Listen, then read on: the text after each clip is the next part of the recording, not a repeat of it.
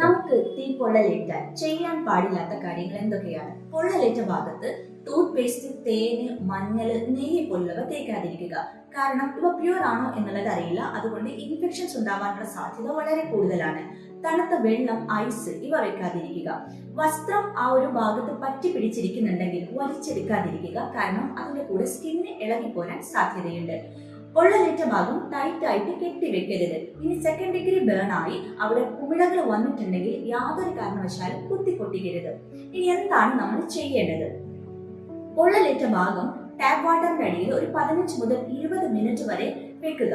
അതുപോലെ ആ ഒരു ഭാഗത്ത് വസ്ത്രമോ ഓർണമെന്റ്സോ ഉണ്ടെങ്കിൽ അത് ഊരി വെക്കുക. കാരണം നീര് വന്നു കഴിഞ്ഞാൽ പിന്നീട് അത് ഊരി വെക്കാൻ സാധിക്കുകയില്ല.